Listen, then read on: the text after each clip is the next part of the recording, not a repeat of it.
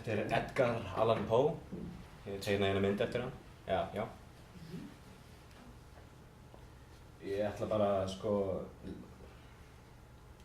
útskýra eiginlega söguna sem er í ljóðinu.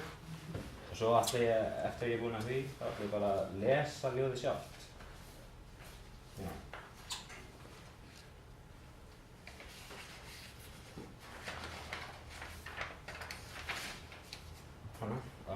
Já. Í ljóðinu þá, þið þekkið alveg þetta ljóð, það ekki?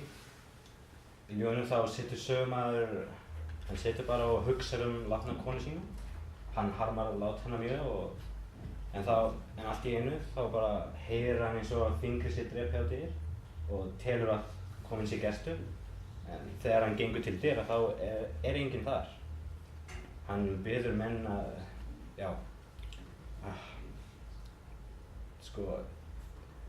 hann biður fyrirgefningar fyrir að fara ekki strax til dyra og safnar kjarki til að opna hurðina en það er enginn þar. Þannig að hann lokar hurðinni og þá er barið aftur og hann telur fyrst að þetta sé, þegar hann hugsar með sig, þetta sé hlýtur að vera andi konuna hans.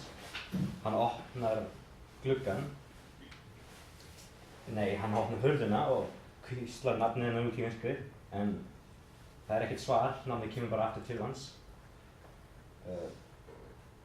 Þessu loknu þá sest hann aftur niður inn, fer aftur inn og sest niður og er mjög smeykur. Þá er barið enn á gluggann. Hann telur að glugginn sé bara illa lokaður og hann hyggst að gáfa því. Hann biður kjark til að geta farið að gluggann og athuga málið. En leið og hann opnar gluggann þá hoppar inn gamall hrafn sem flýgur beint að styttu af Pallas, þið þekkið hana alveg, Athena, og situr á hana. Þó hann sé dapur á þessu tímabili þá tætir það hann að sjá taktsmanna í hrafninum og í gríni sínu þá talar hann við þennan fugl og innir eftir nafni þess, en þá segir hrafninn aldrei meir eða nevermore eins og í upprunalega útgáfunni segir. Þar meinar hrafninn að hann muni aldrei hitta konuna sína aftur.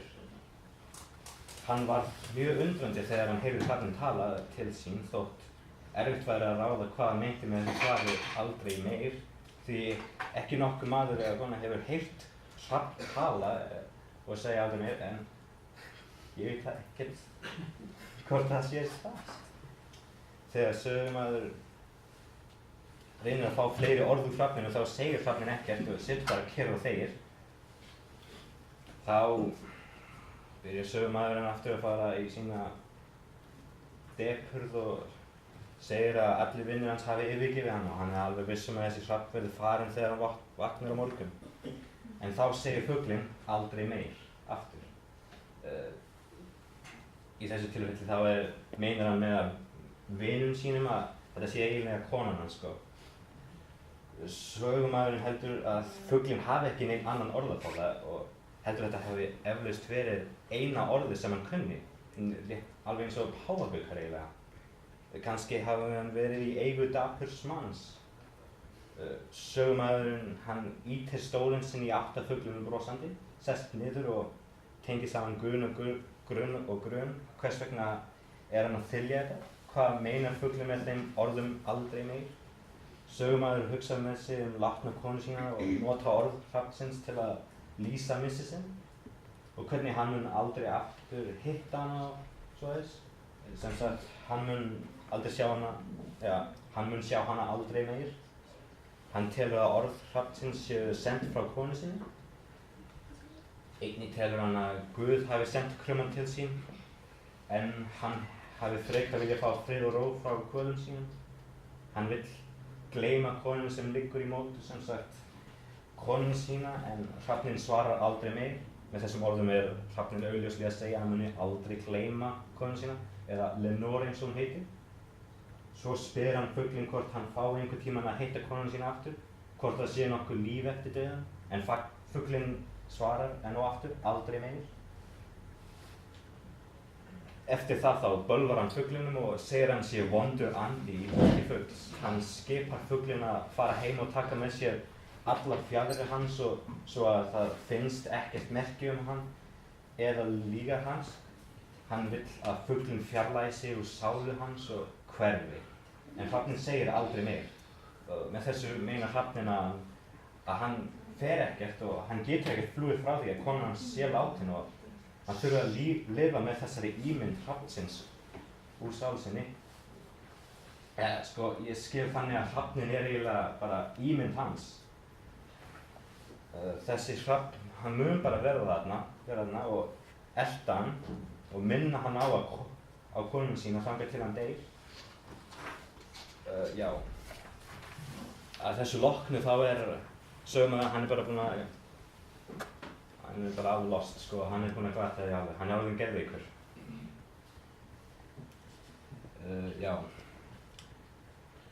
Þetta ljóð aðeins, Edgar Allan Poe, þetta ljóð hefur hann ort eiginlega sjálfan sig á þessum tíma.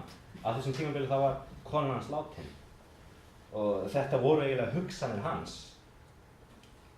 Og nokkrum árum seinna þá endar lífið hans alveg eins og ljóðið. Hann bara orðinn alveg geðveikur. Hann talar við ímyndað fólk og svoleiðis. Svo hverfur hann og hann finnst nokkrum árum seinna í lélegum fötum og eiturlyfin hafa algjörlega farið með hann. Svo var hann settur í spítala og dó þar skömmu seinna. Ég ætla nú að lesa það ljóðið ég ætla aðeins að skýra út fyrir ykkur myndina mína. En hafið þetta í huga þegar ég les ljóðið.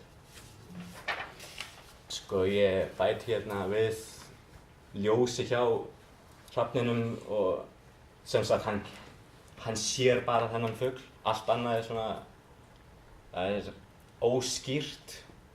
Hann mun aldrei gleyma. Þetta verður mjög skýrt fyrir honum að hann muni aldrei gleyma konuna sína og hann verður bara, þetta hvelur hann bara. Hérna fyrir vinstri það hef ég teiknað mynd af Lenore. Hér glugginn sem að fuglinn hefur flogið inn og hérna the chamber door, hurðin sem að hann Svo situr hann á Pallas Athenu. Þetta bara, þið veitir alveg hvernig rómantíski myndlistin núna. Hún drungaleg og mjög óskýr. Ég þarf ekki að fara mikið í það, Allavega ætla ég að lesa ljóðið fyrir ykkur núna.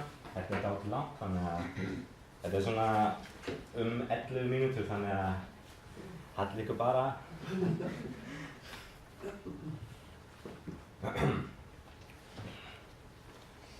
En reynið ekki að sofna. Once upon a midnight dreary, while I pondered weak and weary over many a quaint and curious volume of forgotten lore, while I nodded, nearly napping, suddenly there came a tapping, as of someone gently rapping at my chamber door. "'Tis a visitor," I muttered, tapping at my chamber door. Only this, and nothing more.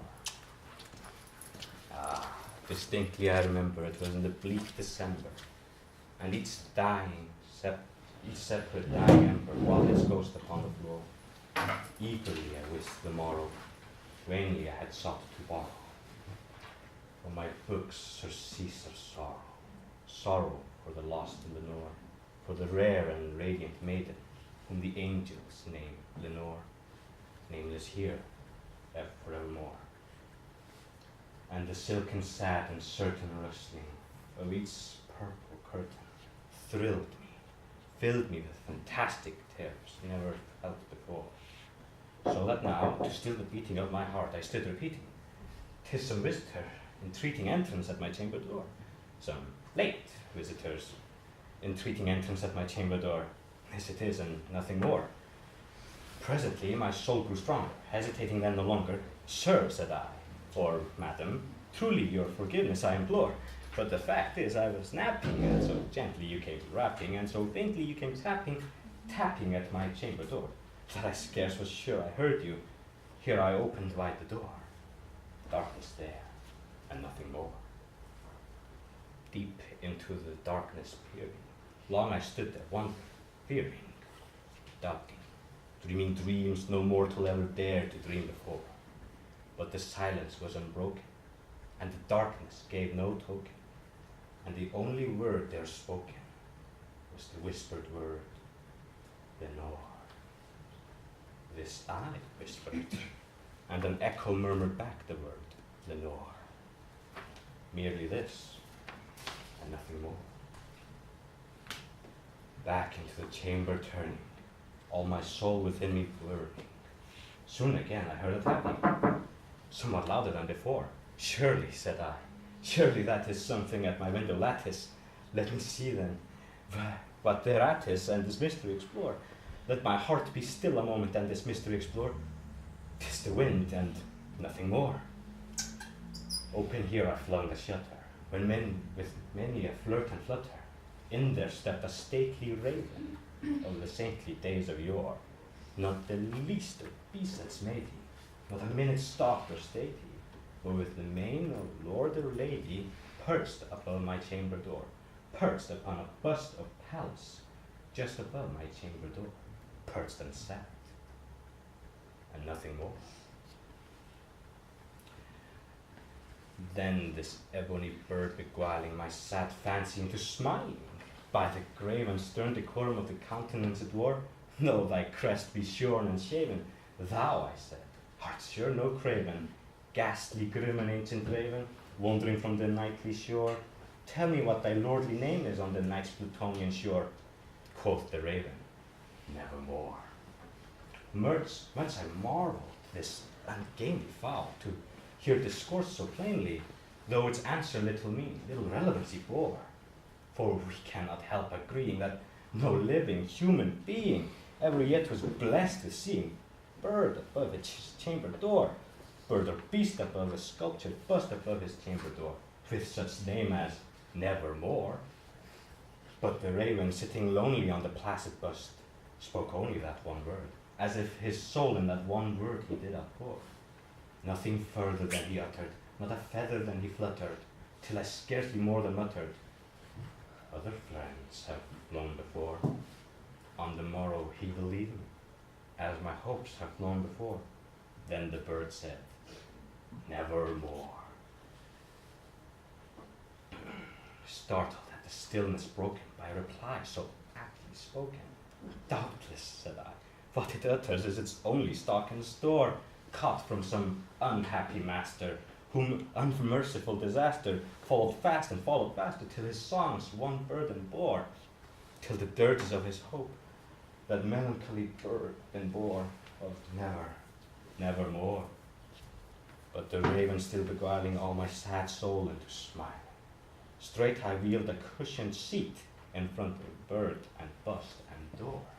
Then upon the velvet sinking, I betook myself to linking, fancy unto fancy, thinking what this ominous bird of yore, what this grim, ungainly, ghastly, gaunt, and ominous bird of yore meant in croaking nevermore.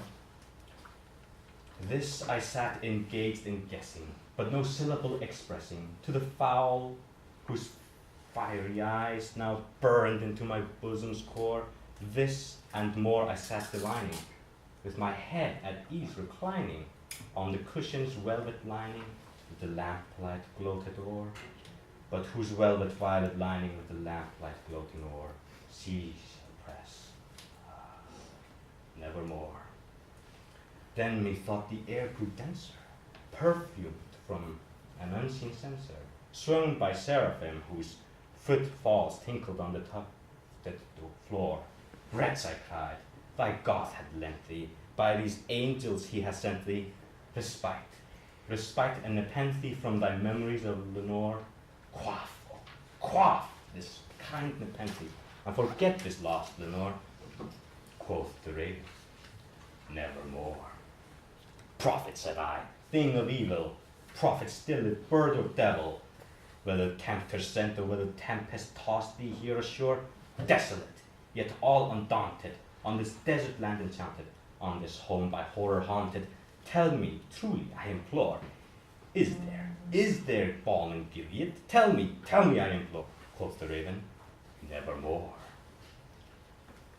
Prophet, said I, thing of evil, prophet still if bird or devil, by that heaven that bends above us, by that God we both adore. Tell this soul with sorrow laden, if within the distant Aidenn it shall clasp a sainted maiden, whom the angels name Lenore, clasp a rare and radiant maiden, whom the angels name Lenore. Quoth the raven, nevermore.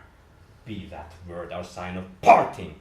Bird or fiend, I shrieked upstarting, get thee back into the tempest and the night's Plutonian shore. Leave no black plume as a token of that lie thy soul has spoken. Leave my loneliness unbroken. Quit the bust above my door. Take thy beak from out my heart and take thy form from off my door. Quoth the raven, nevermore. And the raven, never flitting, still is sitting, on the pallid bust of Pallas, just above my chamber door, and his eyes have all the seeming of a demon's that is dreaming, and the lamplight o'er him streaming throws his shadow on the floor, and my soul from out that shadow that lies floating on the floor shall be lifted nevermore. Svona endar ljóðið og ég bara þakka fyrir mig, ég er búinn.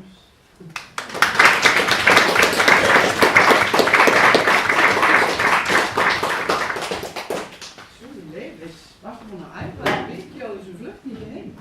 Nei, ég var bara eiginlega, fór bara yfir þetta einu sinni bara í morgun. Á leiðinni í skólann? Eiginlega. Glæsilegt. Kannist þið við þetta kvæðið þið hinn? Hafið þið lesið þetta í enskunni? Gott, magnaði alveg henni. Heyrðu, þá hverjum við á næstur? Já. Þú þarf að vera út af þetta.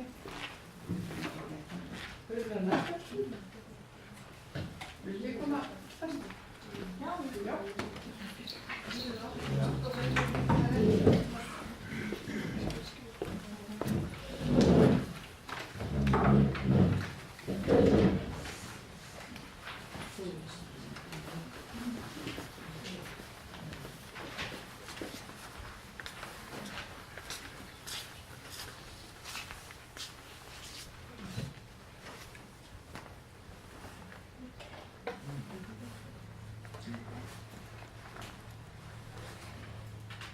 Ætlið að vera allar út í horni. Vil þið ekki koma hérna svona þegar við erum? Þeir sem ætlaði að lesa fyrir komið hinn með tjaldið allar. Það eitthvað púlt að það fram á ganginu með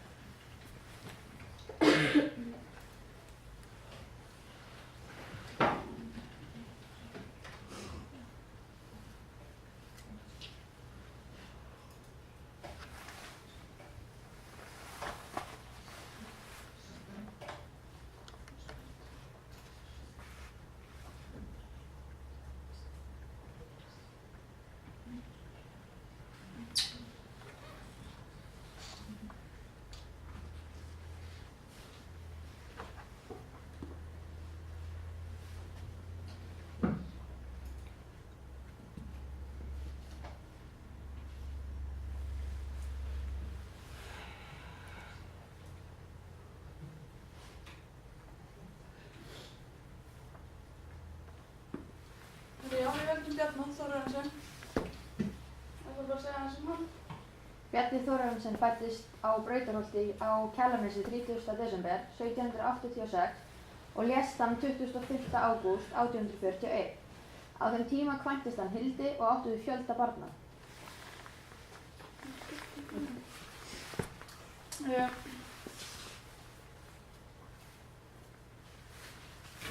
Hann lærði hjá einkakennurum undir stúdentspróf og lauk því 15 ára. Bjarni sigldi síðan til Kaupmannahafnar og lauk lagaprófi frá Hafnarskóla þegar hann var 20 en starfaði síðan í danska kanslíinu í nokkur ár. Bjarni mun hafa hlustað á einhverja af þessum fyrirlestrum sem Henrik Steffensen hélt í Kaupmannahöfn 1802 til 1803 rómantísku stefnuna. hreifst hann af skáldum sem voru ort í þeim anda. Henrik Steffensen tók að flytja fyrirlestra sína við Hafnarháskóla sem kynntu rómantísku stefnuna á Norðurlöndum. Vitað að Bjarni sótti að minnstakosti einn þeirra fyrirlestra og þeir höfðu djúp áhrif á Ottsenslager sem var eftirlæti skáld Bjarna og það skáld Erlend sem haft hefur mest áhrif á skáldskap Bjarna og skáldskaparstefnu.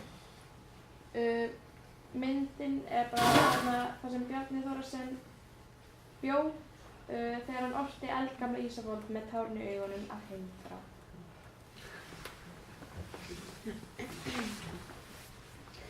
Bjarni talinn vera fyrsti boðberi rómantísku stefnunnar á Íslandi.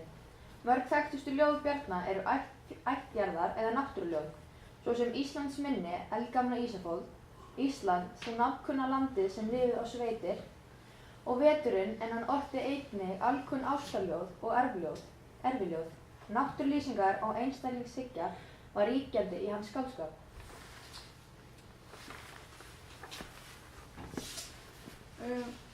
Árið 1818 birtist ljóðið Ísland eftir Bjarna Þórðarson. Það nýstárleg sýn á fegurð landsins. Í náttúru- og ættjarðarljóðum barna sterk rómantísk sýn sem sagt fornfrægða Íslands og fögur fjöll samanber veturinn. Bjarni með sérstaka hörkudýrkun, maður skilur vel hvað hann að meina í ljóðum sínum, svo sagt. Ástarlög Bjarna og rómantísk sýn þeirra eru: hann leitast við eilífða ást sem nær út á jarðnæs líf og áhugi hans á fornum bókmenntum og efni sótti hann til dæmis í fornan kveðskap. Erfiljóð Bjarna ort sérkennilega mann sem umhverfi skildi ekki. Einstaklingshyggjan kemur þar fram. Síðan ætlum við bara að taka 3 ljóð, eða hann skipti öllum ljóð sínum í 3 flokka, og ætlum bara að taka 1 úr hverjum flokki og lýsa því.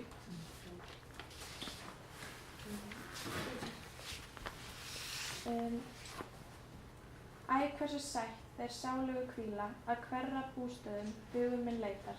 Æ, hversu sætt þeir sofa í gröfum djúpt til rotnunar í duft af soknir. Og syrgja í lengur þar sorgir flýja allar, og gleðjast lengur þar gleði flýr öll, og blunda sípressum sorglegum undir, uns þá engillinn upp mun kalla.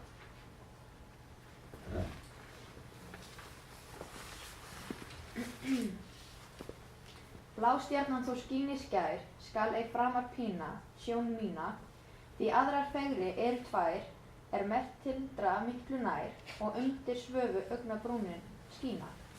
Í þessu litla ljóði orðum beint til stúlku sem nefnd Svafa, eins og í Kysstu mig, aftur. Hér virðist Svafa einnig vera raunveruleg, skáldinu nálæg. Vitanlega ekki þar með sagt að sömu stúlku sé að ræða. Í stjörnuskoðaranum raunar vandséð hvers eðlis samband skáldsins og stúlkunar Gæti jafnvel verið að kvæðið sé ort af föðurlegri hrifningu skáldsins til fagureyrar dóttur sinnar.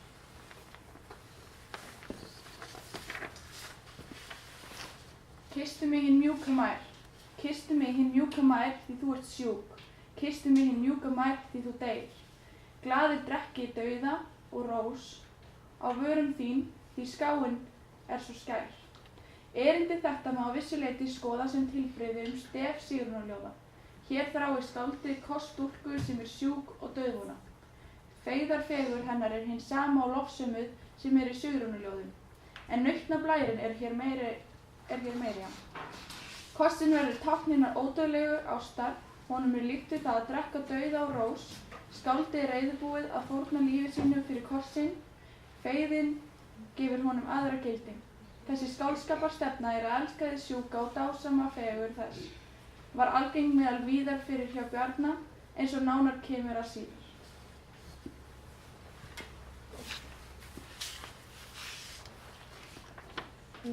Orti hann ekki mikið og gaf ekki út ljóðabók, en nokkur kvæði eftir hann birtust þó í tímaritum.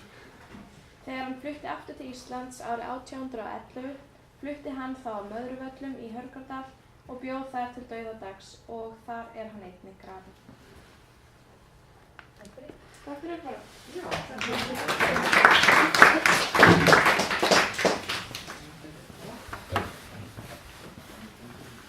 Funduðu þessa mynd af Möðruvöllum eða fóruð eftir. Nei, við gáðum ekki, við gáðum okkur ekki tíma til þess bara. Nei.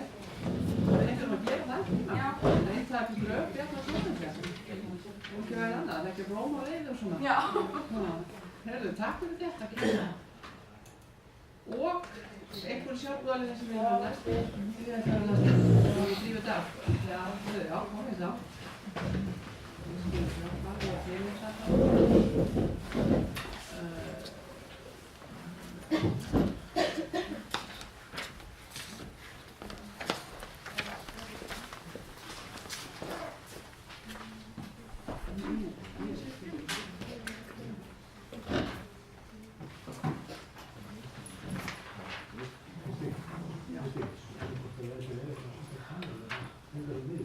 Jú, þegar við erum að lesa, komum við hérna inn í miðjóskofuna vegna þess að það sjáist ekkert hér. Já, og við líka sjáum betur að við standum þarna. Það er svona á að annars sé við tölvunni, við veit þetta er náttúrulega óþægilegt að hafa tölvunni út í hotnum. En svo ykkar sem að les hverju sinni, hvert ykkar sem les, komið inn í miðjuna. Já, já, ég var skemmtilega.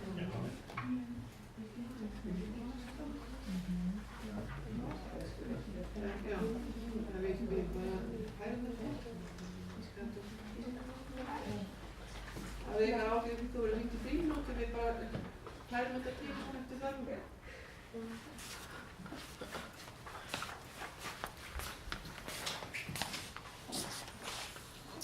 Við semast lásum bókina Piltur og stúlka sem hún var lengi að vera góð. En hún var bara að gefa þolinmæðina. Við ætlum semst að segja ykkur frá höfundinum og frá bókinni. Höfundurinn er Jón Þórðarson Thoroddsen og hann fæddist 1818 á Reykholum á Barðaströnd.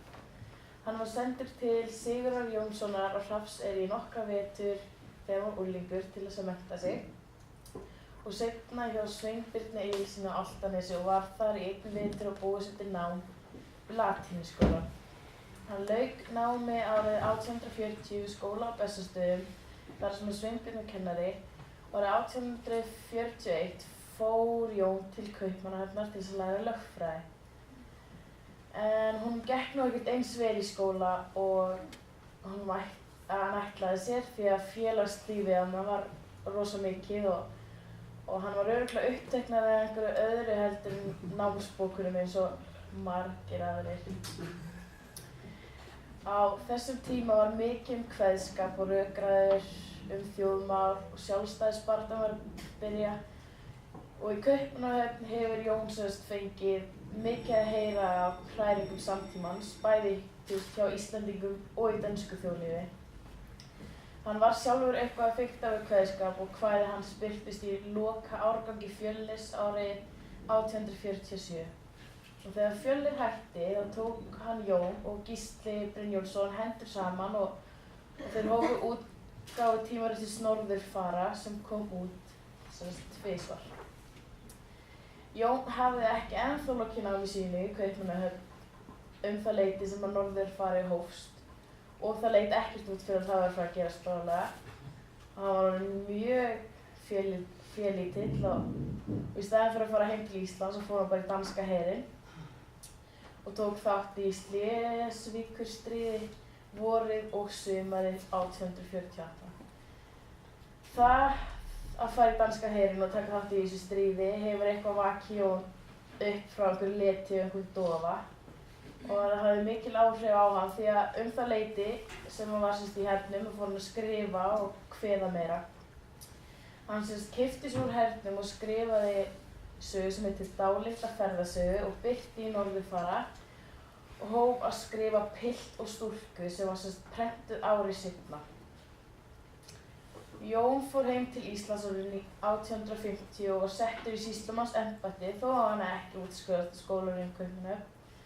Hann fór út til Kaupmannahafnar 1853 til þess að útskrifast því að tengdapabbi hans setti bara skilyrði að hann þyrfti að útskrifast til þess að fá að giftast Kristínu Sívertsen. Árið seinna kom hann tilbaka útskrifaður, giftist Kristínu og fekk fasta skipun í sýslumannsembætti á Barðaströnd en sat í því til 1862. Þá flutti hann suður á Leirá í Borgarfirði og var sýslumaður þar þangað til hann lést árið 1868.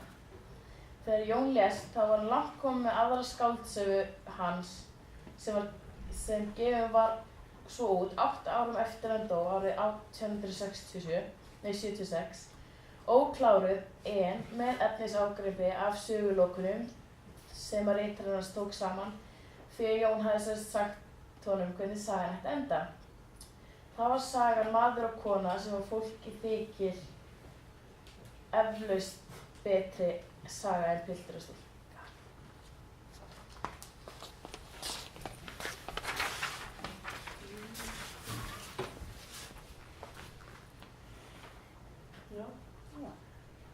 Sagan Piltur og stúlka fjallar Indriða og Sigríði sem að urðu vinir á barnsaldri þar sem þau gæta bæði kindur foreldra sinna á Austurlandi. Þegar þau eldast urðu þau hrifin af hvort öðru og fella hugi saman en mörg leiðindaratvik urðu til þess að leiðir þeirra skilja. Ingveldur, mamma Sigríðar, lagði mikið í það að spilla fyrir þeim og hindra þau næðu saman. Og Ingveldur virðist vera mjög afbrýðisöm út í Sigríði og ekki þola hana, mjög líklegast því að pabbi Sigríðar elskar hana svo mikið. Þess vegna styður pabbi hennar hana mjög svo í málum gagnvart Indriða ásamt föðursystur Sigríðar sem býr fyrir norðan. En þau deyja með stuttu millibili og þá varð Sigríður ráðalaus og hjálparlaus og kom mamma hennar mjög illa fram við hana. Ingveldur og Gróa vinkona hennar tóku saman höndum og með lygum og svikum tókst þeim að láta Sigríði halda að Indriði vildi ekkert með hana hafa og elskaði hana ekki. Og í framhaldi af því reynir Ingveldur að gifta Sigríði bóndadurg í sveitinni honum Gvendi. En það tekst ekki því að Sigríður neitar að giftast honum og finnst hún ekki geta verið í sveitinni hjá mömmu sinni og fer til Reykjavíkur og fær vist hjá maturvið einnig þar. Í Reykjavík kynnist hún Sigríður allt annarri menningu en hún hefur nokkurn tíma séð og kemst mjög nálægt hættum borgarinnar. Meðal annars kynnist hún dönskum kaupmanni sem heitir Möller og hann reynir að tæla hana. Guðrún stúlka sem hún hittir hjá Madömu en Guðrún hjálpar Möller að leika á Sigríði. Indriði fer suður til að finna Sigríði og reynir að ná sambandi við hana en eins og svo oft áður í sögunni svikinn og nær því ekki tækifæri til að hitta hana. Eftir einhvern tíma nær Indriði samt að bjarga Sigríði frá kaupmanninum Möller og það kemur í ljós að Möller er giftur maður. Þau Sigríður og Indriði halda saman heim í sveitina þar sem þau gifta sig og byggja sér bæ í Heiðardalnum þar sem þau kynnast þegar þau eru börn. Við teljum að rómantísku einkennin í sögunni séu hughyggja og fegurðarþrá, slatti af myndmáli og nokkur andúð á hversdagslegum viðfangsefnum. Þar sem hún fer bara til Reykjavíkur þegar hún sagði nei við altarið. Það var sterk einstaklingshyggja, það er mikið af sorg og tilfinningarlega, þunglyndi og ást sem fæst ekki uppfyllt. Slatti af ljóðum líka.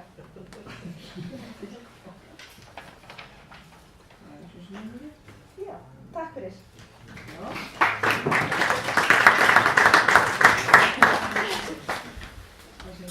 Var það orðið svo sæmileg? Já, en ég var bara hægt að koma að þessi sögða er fyrir miklu hægt.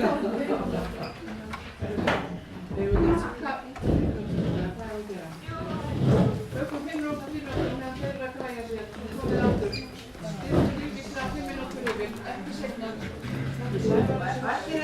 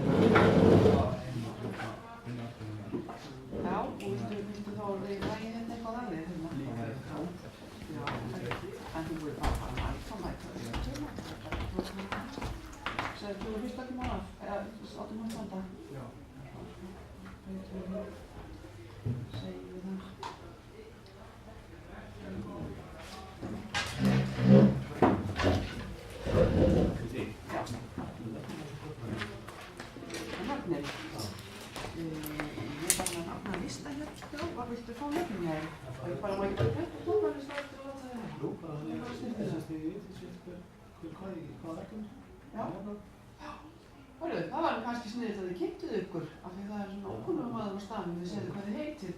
Svona að við byrjum þeir sem eru búinir, það var Sindri sem var fyrstur, með Leifin.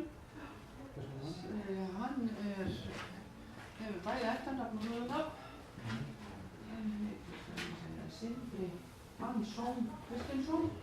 Sindri Hansson, ég var það bara eins og ég segja það, S-O-N-G. Hansson. Hansson. Ég er enda Kristinsson. Síðan voru hér í næsta Bjarni Tóraðsson, Þorbjörg, Jóna Guðmundsdóttir.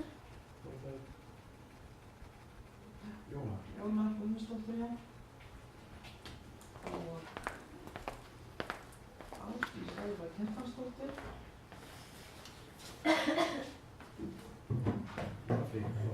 Já.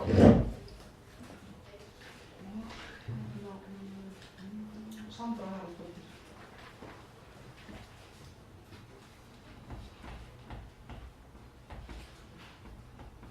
Svo voru þarna það var Marta Þórodóttir.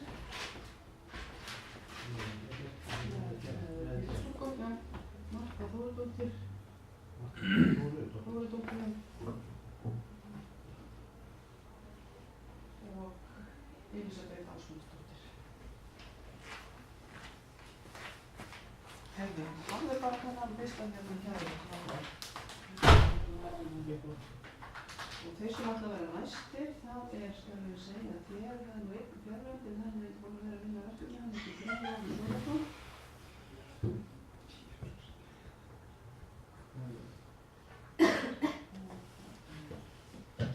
Heiðar Breiði Nilsson.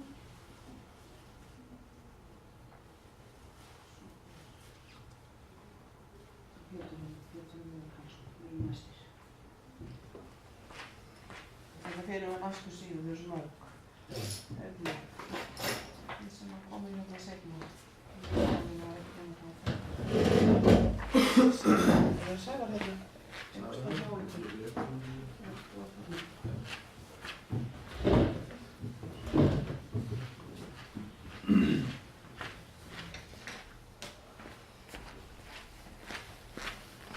Það eru þókar sem að lagt upp.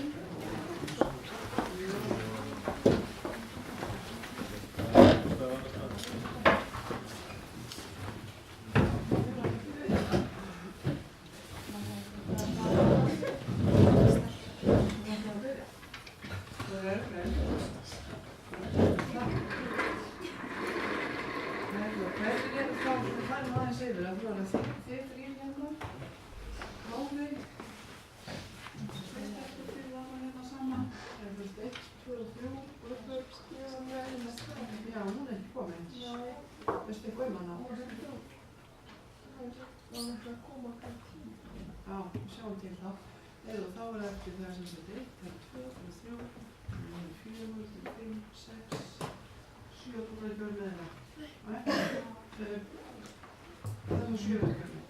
Við erum að byrja til þeim snjólum hér. Ég veit ekki hvað það er að gera. Það er bara að prenta út. Þeir eru að prenta út. Þá þau búin að því. Vil eitthvað koma með Það það? er prenta eins og stóra myndi, það er mest nýtt það. Ó, maður að laga þetta. Já. Já, en vil einhver koma á meðan? Þeir geta þá það koma eftir. Hvað segir þið hérna, Birgir og Jökull og Sævar? Vil þið ekki bara koma næst á? Já.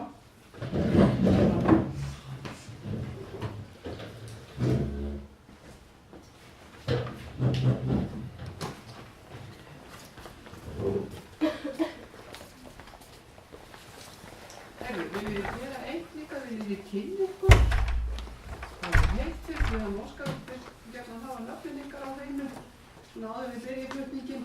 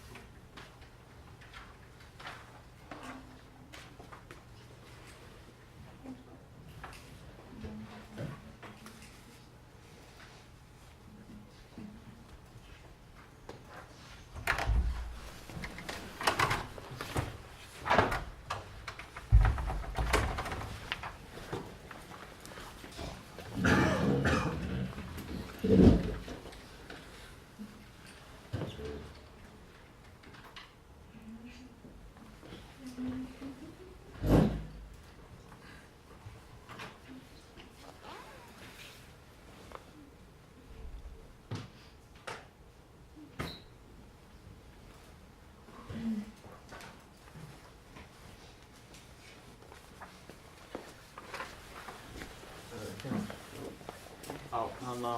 Þetta er kynna ykkur. Já. Við heitum... Ég heiti Birgir Viktor og ég heiti Sævar Örn. Ég heiti Jökull og við erum með Benedikt Sveinbjörn Gröndal. Benedikt Sveinbjörn Gröndal fæddist 7. október 1826 á Bessastöðum á Álftanesi. Foreldrar hans voru Sveinbjörn Egilsson, skáld, þýðandi og kennari og Helga dóttir Benediktar Gröndals, skáld og dómari. Benedikt valdi að mestu hluta æsku sinnar frá 9 ára aldri til 20 á Eyvindarstöðum á Álftanesi, en faðir hans kenndi við Bessastaðaskóla. Benedikt leit mjög mikið upp til pabba síns, en hann var sá Íslendingur sem hvað best hefur verið lesinn í fagurfræði grískra fornalda. Benedikt sótti að stóru hluta til Aristóteles, Platóns og fleiri slíka fyrirmynda föður síns. Stíll hans er mjög líkur stíll Sveinbjarnar. Hann lærði snemma mörg tungumál og las eins og hann ætti lífið að leysa. Benedikt var einn lærðasti maður Íslands á síðustu öld í heimspeki og bókmenntum. Auk þess sem hann dundaði sér í jarðfræði, dýrafræði, efnafræði og samdi kennslubækur. Hann var góður teiknari og skrautritari og auðvitað skáld og spekingur.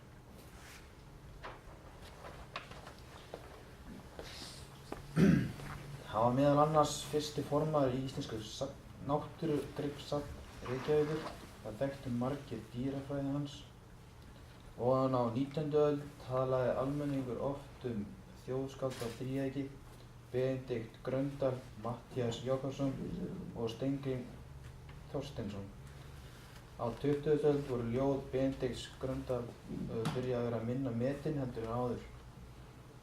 Hann byrjaði að vinna með umboðsmanni páfa í löndum Norðurheimskaups og fer með honum suður til Belgíu í náðarfaðm kaþólsku kirkjunnar og settist að í klaustur í þorpinu Kílaver. Þegar Benedikt kom til Kaupmannahafnar árið 1858 fékk hann vinnu við ýmislegt fræðarastúrs á vegum Fornfræðafélagsins. Vinir hans hvöttu hann til að taka manngerspróf í norrænum málum í Kaupmannahafnarháskóla árið 1863, fyrsta íslenskra manna. Eftir að hafa átt erfiðan námsferil og var alltaf að hætta og byrja aftur í skóla. Þá hafði hann lagt stund á náttúrusögu og heimspeki, auk þess að stökkva sér á tímabil í kaþólskri trú og klausturlíf.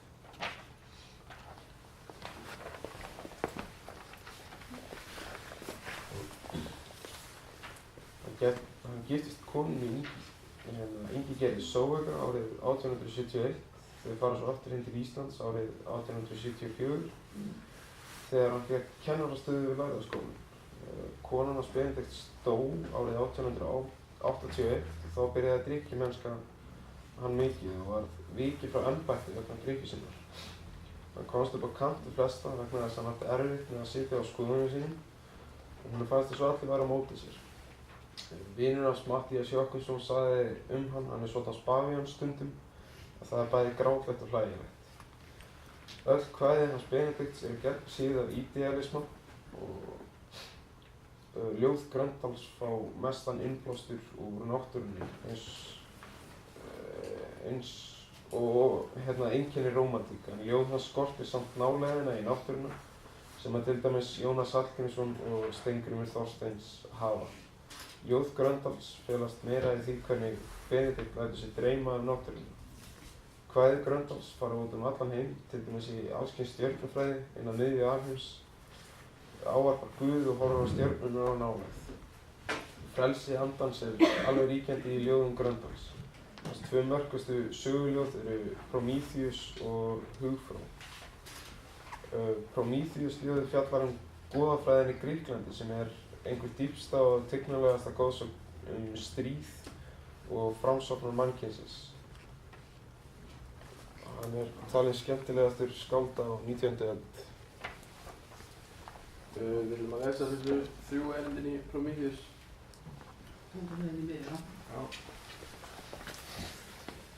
Prometheus, upp á foldrar fimbulvíður geimi fjalla aldna rís í heimi og að skýjum ægi grár nær. Sól á víxli og svölum frostum slungið, sveip á jökli logum innan þrungið. En við rætur dunar djúpar sær, kveður loft af hræfuglanna hljóði, hrynja fossar út dagamót, brimlöðrandi blæs í jötnum móði, brúni dimmt við Hamrafót.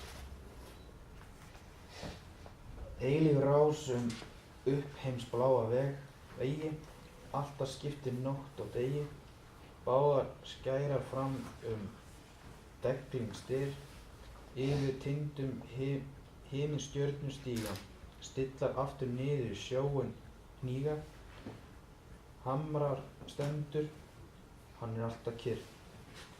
Fjögur blóm í fjalla, djúpum grjótum, frjóra yður dökkin himna skær. Yður kyn á öðru dalmótum, yndislegri klíðri hlær. Einn þar hljóðar annarlegum eimi, eigi frás í sólarheimi, kulda hrollur, hvali hjarta slær. Það er hann sem þjóðvalds fyrir reiði.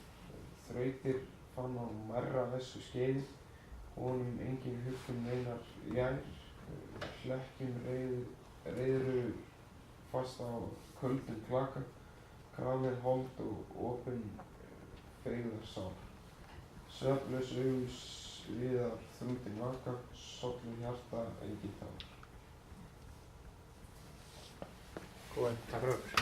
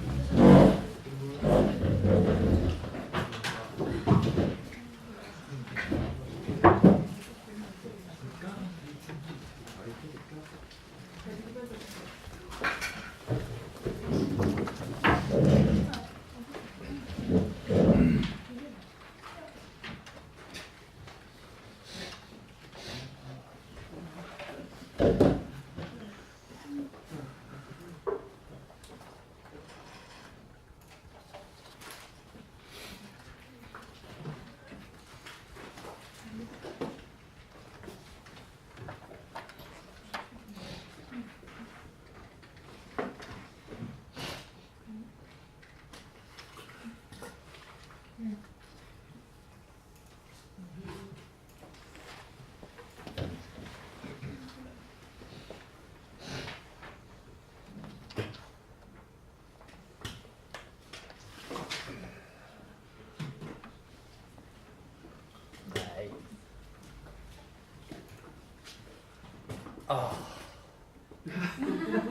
Þetta kom frá hjartanum. Þetta er ekki næsta. Hvað gerir þið þá? Þetta er út af því að hafið opið þegar ég sendi það. Þið verður að loka þegar ég sendi þetta á ykkur. Helvít heiti. Nei, já. Nei, við erum að laga það. Já, heyrðu. Kári, það er til að koma núna. Það er ekki. Meðan að þegar þeir fara nú að græða þetta einhvers staðar. Fylgjum. Æ. Svona gerist. Heyrðu. Hvað segirðu? Þú verður bara að ákveða það sjálf.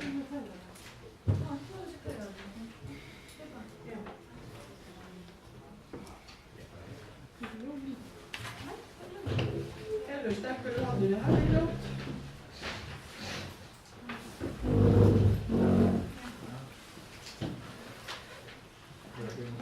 Heyrðu, Kári, þú mátt gjarna kveikja með að því að það sjást betur sem þú ert með.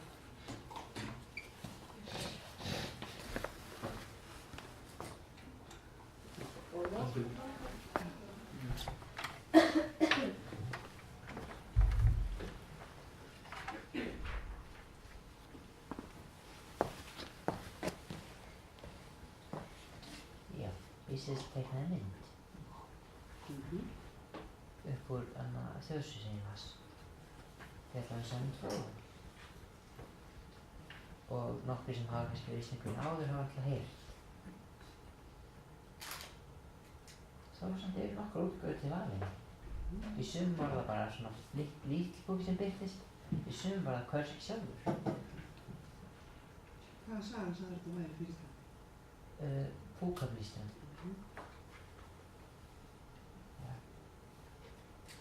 En tengsl við rómantísku stefnuna er það að það er svona yfirnáttúrulegt, svolítið dularfull stundum og ykkur skugga þegar þannig sem íslenska þjóðsögur svona kom inn í þetta. Og að finnast er að hann kemur fyrir nokkrum fleiri sögur sagnir og til flestum sögum með hann að glíma við kolska. Það er einhver fáið íslendingur sem kemur við þeim viðskiptum. Hvað er svo sem átt stendur? Já. Þakka þér fyrir það.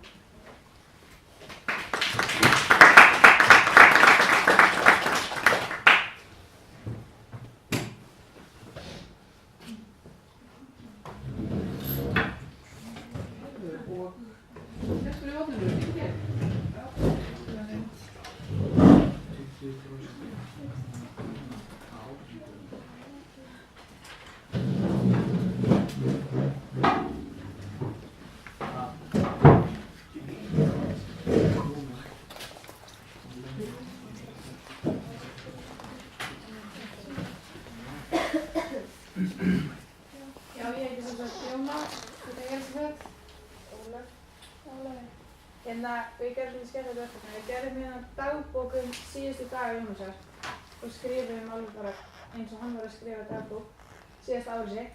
Við ætlum að leyfa bókinu bara að ganga. Það er ekki bara að skrifa. Við skoðum og við ætlum að finna að lesa upp bara með hann. Kæra dagbók. Ég er komin aftur til Kaupmannahafnar eftir ánægjulegan tíma með vinum mínum. Síðustu daga hef ég hugsað mikið heim, óvenju mikið. Ég hef mikla heimþrá og hugurinn leitar alltaf heim til Íslands. Ég gerði mikið fyrir það að fá tækifæri til þess að hitta fögru stúlkuna mína í Mývatnssveit einu sinni enn. Hún hefði setið föst í hjarta mínu undanfarið. Hér er kvæðið sem ég samdi til hennar.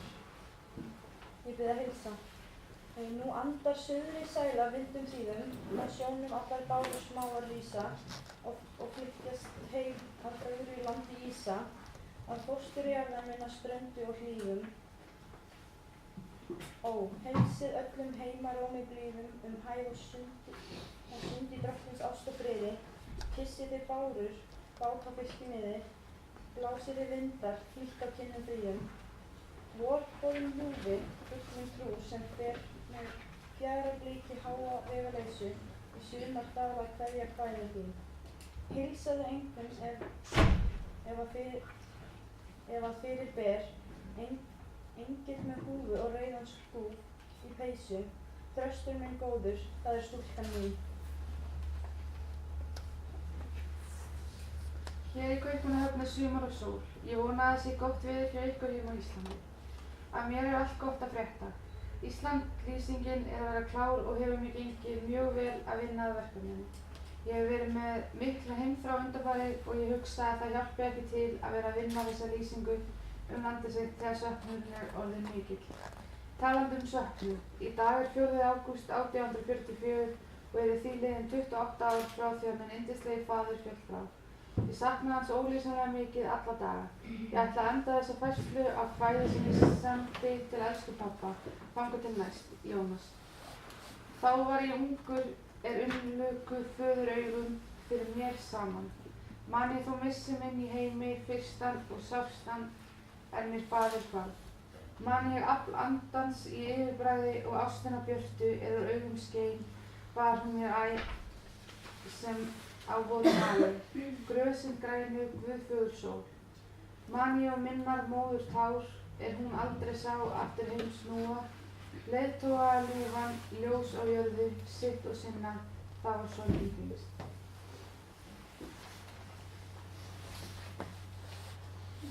Af mér hafa komið betri brekkur. Ég var fyrir því óhappi í gærkvöldi að detta á tröppunum heima og með fótboltum. Ég ligg á Friðriks spítala að fá góða umhverfi. Ég er bjartsýn á framhaldið. Núna er klukkan orðin margt og ætla að reyna að hvílast og auk þess lesa mér til skemmtunar. Þangað til næst, Jónas. Ég veit hvorki hvað ég get sagt eða hvernig ég á fyrir. Ég ligg andvaka á Friðriks spítala aðfaranótt 27. maí 1845. Eins og ég sagði ykkur frá var ég fyrir því að fótbrotna og er hræddur að það sé komið illt í fótinn og ekki getur það búið á vakt. Ég er fundið fyrir gríðarlegum verkjum en hef þó reynt að hugsa sem minnst það. Það verður engin læknir við fyrir mín fyrramáli til þess að skoða bótinn eins og ég verð að bíða sjálf. Ég reyni að vera bjartsýn en á sama tíma er ég raunsær. Undanfarið hef ég hugsað mikið liðna tíma og framtíðina og þessa stundina leitar hugur minn sérstaklega inn til Íslands, og hvað ég sakna Íslands. Draumar mínir eru margir. Minn stærsti draumur er þó að koma samt heim til Íslands. Það er heima og þar vil ég vera. Nú er ég þó orðinn þreyttur og verkirnir eru farnir að segja til sín. Ég vil reyna að hvílast og láta nýtt eina. Draumum að komast heim. Og hvað það var ljúft. Góða nótt. Þangað til næst, Jónas. Svo skrifum við bara kveðjuorð og þá skrifum við: Kæri vinir og vandamenn Jónasar, lífið er ekki alltaf sanngjarnt og er oft og tíðum óútreiknanlegt. Í morgun 27. maí 1845 kvaddi Jónas okkur. Þennan heim fyrir fullt og allt. Það er sérstaklega sorglegt þegar svona ungt fólk sem allt lífið framundan fellur frá, en Jónas var hans 37 ára gamall þegar hann lést í morgun. Eitt af sem Jónasi var kærast var landið hans þjóð og tunga. Að meðan Jónas lifði reyndi hann að gera allt það sem hann gat til þess að koma skilaboðum sínum á framfæri. Honum fannst mikilvægt að koma breytingum á stað, honum fannst mikilvægt að þróa ritmál og honum fannst mikilvægt að vekja Íslendinga til umhugsunar sjálfstæði. Nú þegar Jónas er fallinn frá, sitjum við mörg eftir með sorg í hjartanu. Nú þurfa Íslendingar að leggjast yfir til rit og verk sem Jónas skildi eftir sig. Skoða það sem það er og taka það til umhugsunar. Við megum ekki gleyma boðskapnum sem Jónas færði okkur og við Íslendingar þurfum að gera okkur besta til þess að halda minningu Jónas á lofti.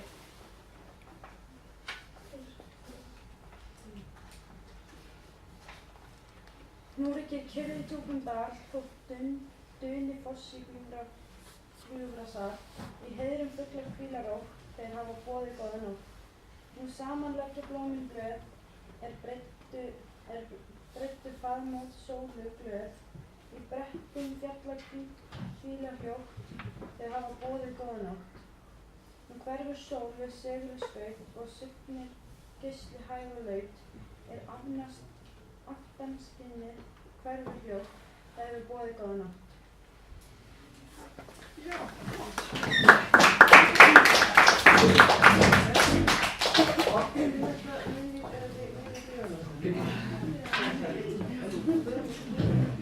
Sko, svo auðvist einhver til Kaupmannahafnar og það í stærð á sögustofnum Íslendinga. Það var að borga. Já, ég veist það.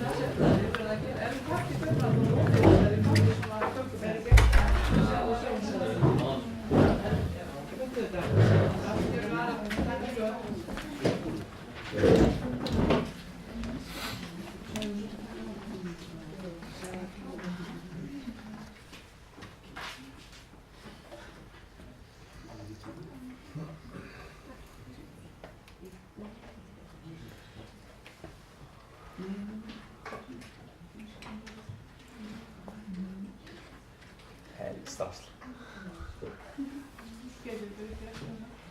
En það virkar ekki núna að fara í heim, sko.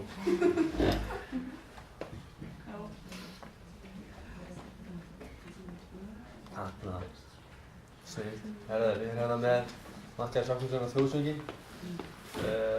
Já, til að byrja að fjalla aðeins um hann sjálfan. Matthías Jochumsson fæddist 11. nóvember 1885 og dó 19. nóvember 1920. Hann var íslensk skáld, hann fæddist á bænum Skógum. Hann átti hann heima á Skógum til 11 ára aldurs hjá foreldrum sínum. Matthías stundaði síðan ýmis störf, aðallega sjómennsku og sveitæðinu, en einnig verslunarstörf í Flatey. Matthías var nokkuð hverflundur í trúkenningu sínum, en hann var greinilega hallur undir únitarisma. Í latínuskólanum fór hann 24 ára gamall. Eftir Matthías liggja mörg ritverk og kvæði, til dæmis leikritið Skuggasveit. Og hann samdi ljóðið Lofsöngur sem hann notaði sem þjóðsöngur Íslands. Hann var ritstjóri Þjóðólfs tíma og síðan hlutar af ævi sinnar bjó hann í Sigurhæðum og Akureyri. En húsið reisti hann sjálfur. Áður var hann prestur í Odda á Rangárvöllum og tíma bjó hann í Móum á Kjalarnesi. Að Skógum minnismerki Matthías lágmynd eftir Helga Gíslason og Bautasteinn úr Stuðlabergi úr Vaðalfjöllum. Að Sigurhæðum á Akureyri safn Helga minningu hans.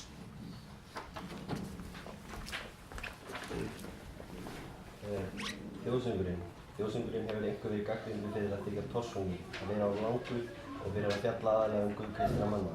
En iðulega þarf að auka spilunarhraða lagsins eða stytta það. Oftast snýr fyrsta erindið alþjóðlegs kappleiki og aðrar þjóðlegar samfélags. Lofsöngur songur Matthías Jochumsson í lag sem heitir Einsteinsson. Samið fyrir þjóðhátíðstilefni af 1000. afmæli Íslandsbyggðar árið 1874. Hlutaböndum kom við hátíð Guðsöng sem átti dómstíð í Reykjavík sunnudaginn august 1874 sem lofsöngur í minningu Íslands 1000 ára og konungur Danmerkur Kristján í Haga. Ljóðið öðlaðist í kjölfar þess.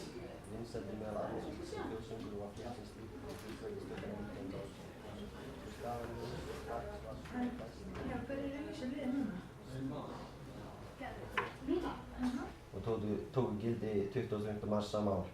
Áður var vísan eldgamla Ísafold eftir Bjarna Thorarensen við lagið God Save the Queen, oft sunginn sem einhvers konar þjóðsöngur, en það þótti ekki við hæfi að notast við sama lag og aðra þjóðir að nota þjóðsöng sinn, þessar sömu þjóðir. Reglulega þessu hugmyndi komið upp í þjóðfélagsumræðinni að skipta þjóðsöng og hafa þá oft nefnilegin Íslandi landi eftir Magnús Þór Sigmundsson og ljóð Eggert Ólafssonar, Ísland önnur skorið, lag Sigurðar Kaldalóns og Öxar við ána, lag Helga Helgasonar. Gallup gerði könnun á þessu árið 1994 að fólk vildi breyta þessu og já, við lagðum 94 tvær spurningar. Það kom hvort að fólk vissi hvað þjóðsöngurinn héti og hvort að þetta skipti þjóðsöng.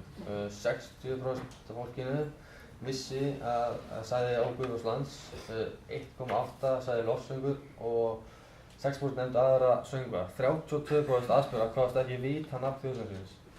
Við seinni spurninginni svöruðu 65% því að þeir vildu halda sig núverandi þjóðsöng og tæplega 5% kursu Öxar við ána. Svo var vantar þarna alveg slatta þannig að þeir bara kursu okkur lengi.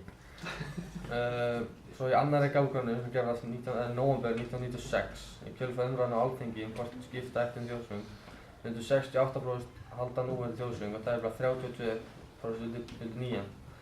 Stuðningurinn við þjóðsönginn jókst með hækkandi aldri en fór þó aldrei niður fyrir 50%.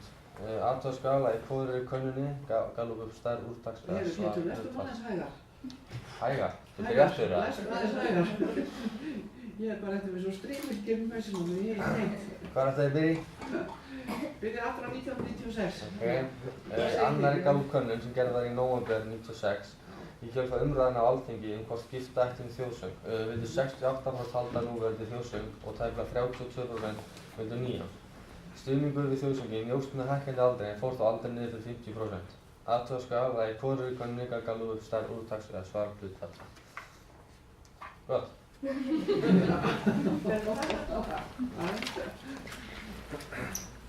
Já, svo bara svona smá útskýring á þjóðsöngum. Í þjóðsöng Íslendinga maðurinn eitt eiginlega smáblóm og blakandi strá. Að lífi sé skjálfandi lítið gras, allur heimurinn, allt lífið, menn jafnt sem gróður, jarðar lúta sömu lögmálum. En manneskjan ekki bara jurt, heldur líka heil félagslega, líkamlega, tilfinningalega og andlega þátta. Maðurinn tvíeinn, bæði náttúra og menning, öðruvísi verður hann ekki skilinn. Með orðum sínum fugla heimsins og lilju vallarins Jesús að benda á náttúran sem manninum ber að annast og gæta. En náttúran vissulega ekki alltaf hljóðlát, hún getur harður húsfangi, oft á tíðum óútreiknanleg. Reinar náttúrunnar hafa stundum yfirhöndina og maðurinn verður að læra að lifa með náttúrunni ef hann á að komast af. Það þekkja Íslendingar sem gegnum aldirnar hafa lifað í nánum tengslum við náttúrunnar, bæði hljóða og fallega, grimma og eyðandi. Það var góðinn. Hvað viljið þið? Hvað viljið þið? Við viljum Hálfdán. Það heiti alltaf að syngja. Nei, hérna... Ég og Pétur viljum Hálfdán. Grímur alveg staðráðinni að við hafa það Ísland við Íslandi landi. Með fjallabræðin. Það er ekki séns að fá einhverja skiptum núna. Hvað segir hinn hérna? Ef við hefðum atkvæðagreiðslu, hverjir vilja halda þjóðsöngnum sem þeir voru að fjalla lofsöng Matthíasar? Þetta er þeir sem vilja það. Hverjir vilja halda þeim þjóðsöng? Já, það er spurning. Hendur þið? Þið talið þetta eða við viljum svæði. Já. Hversu margir greiðar atkvæði með þjóðsöngnum? 8, 9, 10. Við erum alveg saman sko. Þú dæmur hlutlaus. Hverjir vilja eitthvað annað? Alveg staðfarslega. Nú, þetta 5. Já, það er verið fleiri 15 hérna inni. Það er einhverju sem greiðir hlutlaus. Það er einhverju hlutlaus. Þessi 30%. Fullt eftir svo í kvöldri. Já. Það er alveg grín. Já. Við erum báða þetta. Heldur hann sé að syngja Íslandi landi tekst af útlandum núna? Já, eiginlega. Ísland og þjóðsöngið er kannski eitt og það því að sungið hann mjög mikið oft í kór. Hann er gríðarlega flottur að fáir í þessi, óhætt að segja að það sé fáir þjóðsöngar sem er flottir í blöndum kór og íslenski þjóðsöngur. Hins vegar vandamál með íslenska þjóðsöngi það að fyrir almenning er tónhæð hans svo erfið, það er svo erfitt að syngja fyrir bara Pétur og Páll. Það er kannski það sem er vandamáli með íslenska þjóðsönginu og þess sem allir móta. Hann er ekki sönghæfur. Hann er ekki sönghæfur fyrir allir. Ég veist að aðal vandamáli við að þetta er sámi. Þetta er bara söngur fyrir þá sem er íslenski þjóðsönginu. Já, nákvæmlega. Og ekki fyrir aðra. Nei, það er ímissrök. Þetta kannski hafa hérna bara bjóð upp á nokkur lög og lega bara velja hann. Við eigum að Já.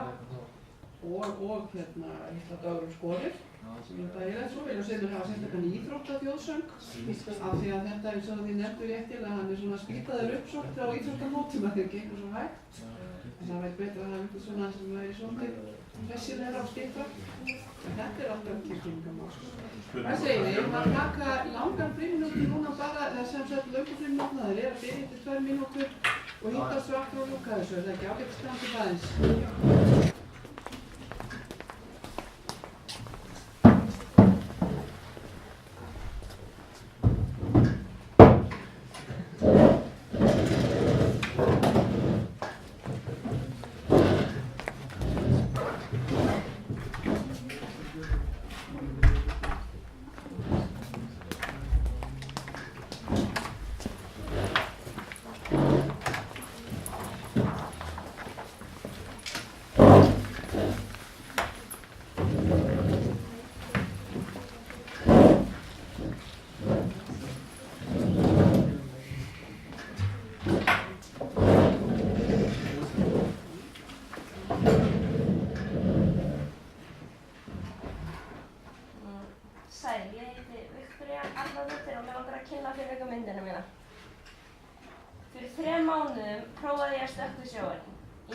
Sjóhrædd, þannig að þetta var mikil áskorun fyrir mig. Ég stökk á stóru palli og inn í sjóinn sem virtist vera blár. Þegar ég tók stökki var ég öll titrandi. Um leið og stóru palli fór ofan í langaði mig strax að hætta við og fara upp á land. Svo gerðist það. Ég var komin öll ofan í þennan græna og ískalda heim. Mér leið eins og ég myndi aldrei komast upp aftur, eins og ég væri föst. Þannig að mér fannst mjög spennandi að lesa mér til Moby Dick og búa til listaverkum.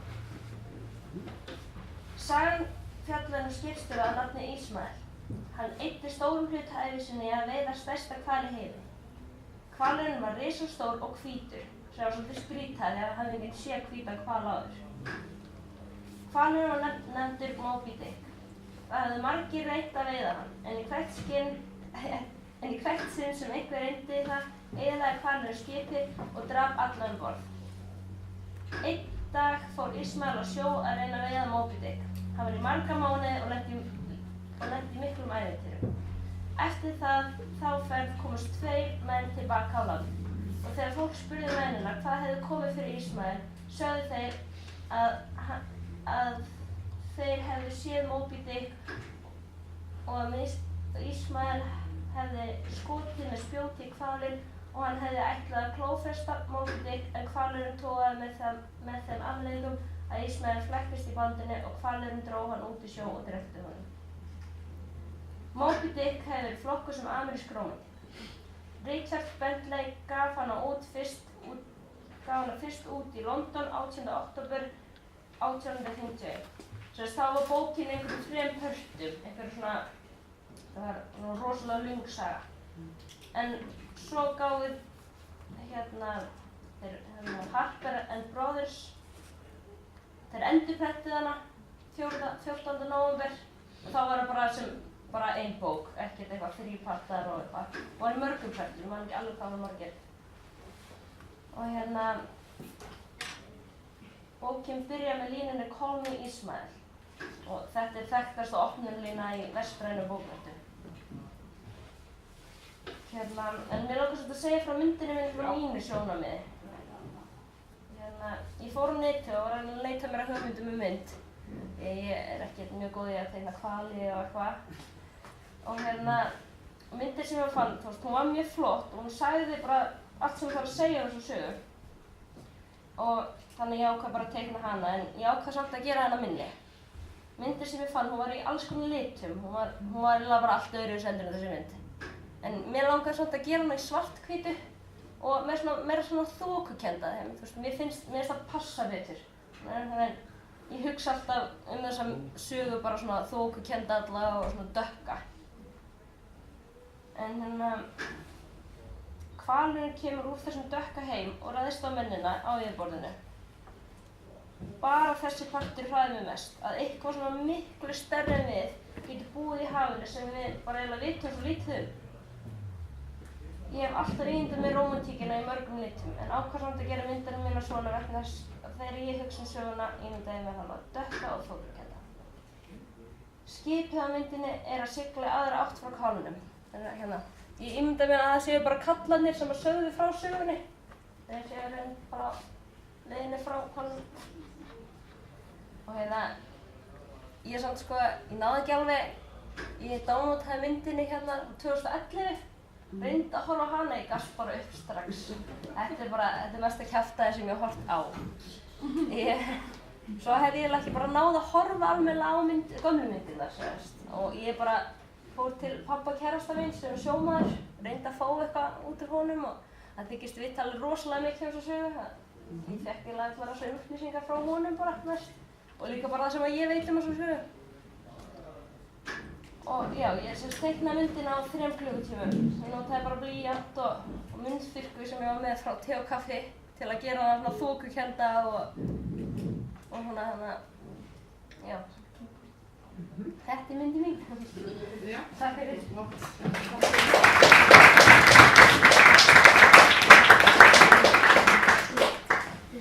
Við ætlum að fá hina myndina síðan úr skoðan og nú förum við með hann á leikskólasprautina og fáum þetta metið. Við erum búin að semja allt svoleiðis.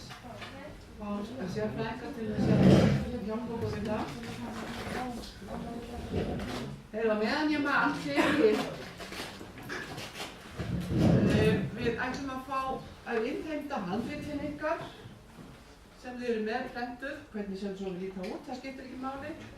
Og við ætlum að biðja ykkur að senda okkur glærur, þið sem að voru með þær. Og eins ef þið eru með ykkur svona myndir eða annað slíkt, að við fáum allt í hendur, þá bara allan pakkan sem við vorum með, við fáum þetta aftur. Á ég ekki bara að setja skíðarkar sína mútur fyrir rafrænskil? Jú, það er líka hægt. Þannig að það sé allt á einu stað. Ég græði þetta núna eftir. Já, og skilið ætla að gera það, skila þessu sestir á myndum þá. Og aðgangsorðið var Dóri var það ekki. Og vil ég líka fá þetta sem hún lesi upp á? Já, allt saman. Það er svona bara þess að tryggja það að við erum búin að kvikmynda ykkur og við ætlum að fá þetta prenta og verðum þetta alveg á hreinu allt saman. Þannig að við myndum senda þetta til okkar sem allra fyrst. Það er Jón Elvar. Já. Nú því að búið þetta með þetta inn og kasta þetta á þessu.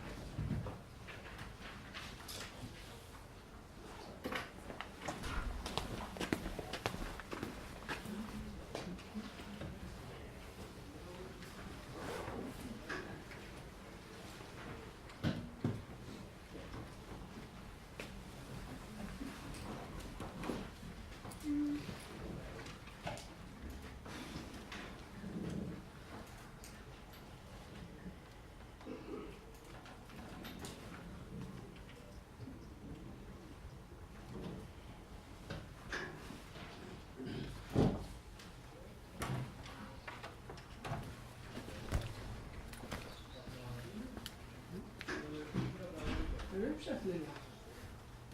Ég veit ekki hver á vart ekki þetta að gera. Hún er alveg ekki það.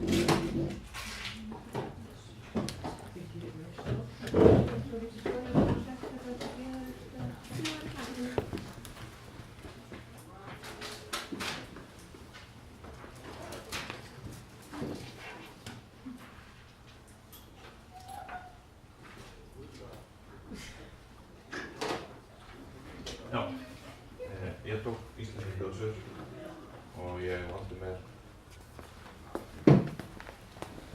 3 þjóðsögur og eiginlega 2, það voru til 2 tegundir af, eða svona 2 útgáfur af einni þeirra. En ég ætla að byrja að tala þessa þjóðsagnasöfnun.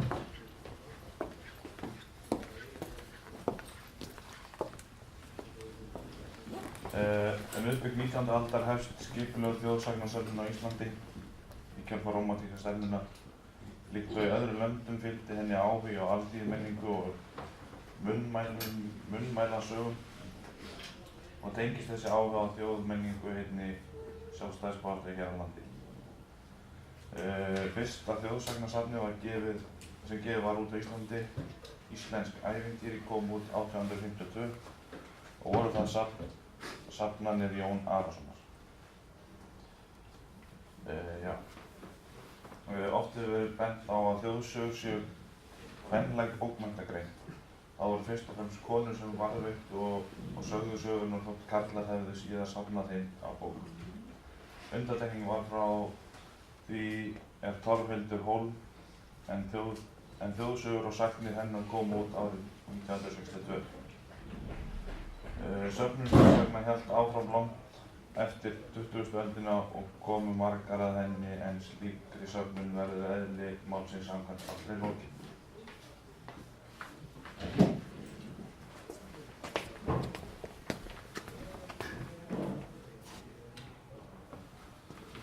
Ég tók búkollu sem þið ábyggilega kannist öll við eða hafið heyrt lagið sem Valdi syngur eða heyrt söguna það. Og ég ætlaði svona að segja aðeins hvað þetta er og einhver hefur ekki lesið henni eða heyrt þetta. Þá er þetta svona típist karlakerlingu sem búa einhver koti út á sveit og eiga einu kú og son. Svo í daginn verður harmleikur á kýrinu stolið og strákurinn er sendur á stað að leita kýrinni